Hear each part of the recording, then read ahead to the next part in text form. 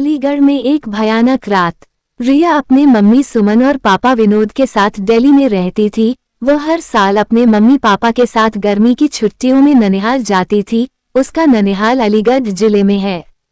एक बार की बात है, रिया के स्कूल की छुट्टियां पड़ चुकी थीं। रिया और सुमन ननिहाल जाने के लिए तैयार थे। विनोद को ऑफिस में काफी काम होने की वजह से शाम को छुट्टी मिल पाई। दिन ढल चुका था। सुमन ने कहा, अब रहने दो, अब जाने का समय नहीं है, सुबह होते ही हम अलीगढ़ के लिए निकल जाएगी। इस पर विनोद ने कहा, हमारे पास खुद की कार है, दिन ढल गया है तो क्या हुआ, हमें कौन सा वाहन बदलना है। रिया भी जिद करने लगी, मम्मा अभी चलो ना, मुझे अभी नानी के घर जाना है। रिया और विनोद के बहुत जिद करने पर सुमन जाने के लिए तैयार तो हो गई थी, लेकिन अंदर ही अंदर ना जाने क्यों उसका मन घबरा रहा था। अब रात हो चुकी थी और इन लोगों की गाड़ी सड़क पर चले जा रही थी। रात की वजह से सड़क पर वाहनों का आना जाना कम हो गया था।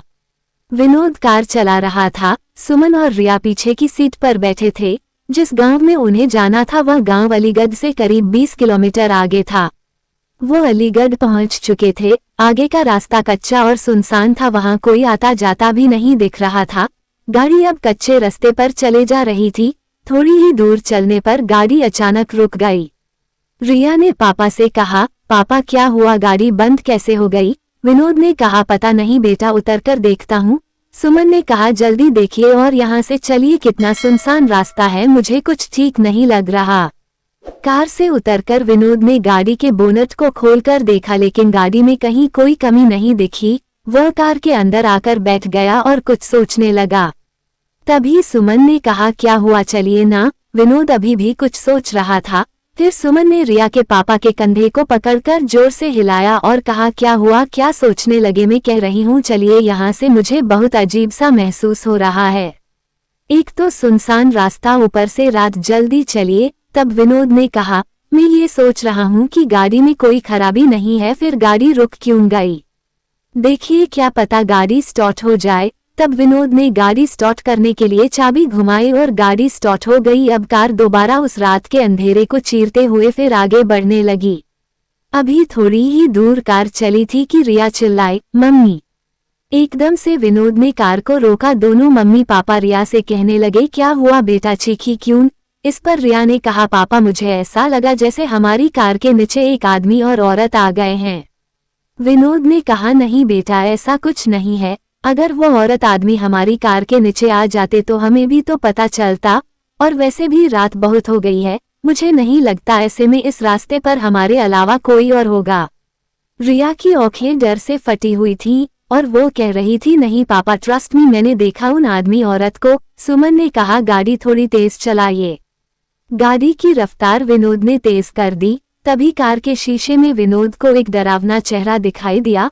उस डरावने चेहरे को देखते ही विनोद का हाथ स्टीयरिंग से छूटा और गाड़ी का बैलेंस बिगड़ने की वजह से गाड़ी इधर उधर चलने लगी। जैसे तैसे करके विनोद ने अपने आप को और गाड़ी को संभाला। तभी सामने एक औरत और आदमी दिखाई दिए जो गाड़ी रोकने का इशारा कर रहे थे, लेकिन विनोद ने गाड़ी नहीं रोकी बल्कि गाड़ी की रफ्तार और तेज कर ली, क्योंकि अभी तक तो वह रिया की बात पर विश्वास नहीं कर रहे थे। और अचानक से उन दोनों आदमी औरत का ऐसे कार के सामने आना और लिफ्ट मांगना सुमन और विनोद को डर से भर देने के लिए काफी था। विनोद तो पसीने से लथपथ गाड़ी को अंधाधुंध रफ्तार में भगाए जा रहा था। तभी ये क्या, वो औरत और आदमी जिनको विनोद ने पीछे छोड़ा था फिर सामने खड़े थे और गाड़ी रोकने का इशारा कर रहे थे। अब तो उन तीनों की जान मुंह को गई थी। अचानक सुमन का फोन बजा। हेलो, कौन। दूसरी तरफ से सुमन का भाई अर्जुन बोल रहा था, हेलो दीदी, कैसी हैं आप। सुमन ने कहा, भैया कुछ ठीक नहीं है, इस रास्ते पर बहुत गड़बड़ है। और सुमन ने उन दोनों आदमी औरत के बारे में भी अर्जुन को बताया। तब अर्जुन ने कहा, दीदी आप चिंता मत करो, मैं अभी आता हूँ। और 10-15 मिनट बाद ही अर्जुन वहां रास्ते पर खड़ा था। विनोद ने गाड़ी रोकी और कहा, अच्छा हुआ अर्जुन तुम आ गए, पता नहीं क्या हो रहा था हमारे साथ, कुछ समझ ही नहीं आ रहा था। अर्जुन ने कहा, कोई बात नहीं जीजाजी, मैं आ गया हूँ ना, अब आपको कोई प्रॉब्लम नहीं होगी। अर्जुन भी अब कार में बैठा और कार घर की तरफ चल दी। अब तो मानो जैसे सुमन, विनोद और रिया का डर अर्जुन के आ जाने से हवा हो गया था। अब सब लोग घर पहुंच चुके थे। अर्जुन ने कहा, लाइए जीजाजी, कार की चाबी मुझे दीजिए, मैं पार्क करके आता हूँ, आप अंदर जाइए। विनोद ने कहा ठीक है और चाबी अर्जुन को दे दी। जैसे ही रिया और उसके मम्मी पापा ने घर में एंटर किया, तीनों चौंक पड़े। घर में सब लोग रो रहे थे और सामने किसी की लाश पड़ी थी। ये देख सुमन और विनोद दंग थे कि क्या हुआ है घर में, और हमें अर्जुन ने कुछ नहीं बताया। सुमन की मां ने रोते हुए सुमन से कहा, बेटा तेरा भाई अर्जुन अब इस दुनिया में नहीं रहा। इतना सुनते ही सुमन, विनोद और रिया के पैरों तले जमीन खिसक गई।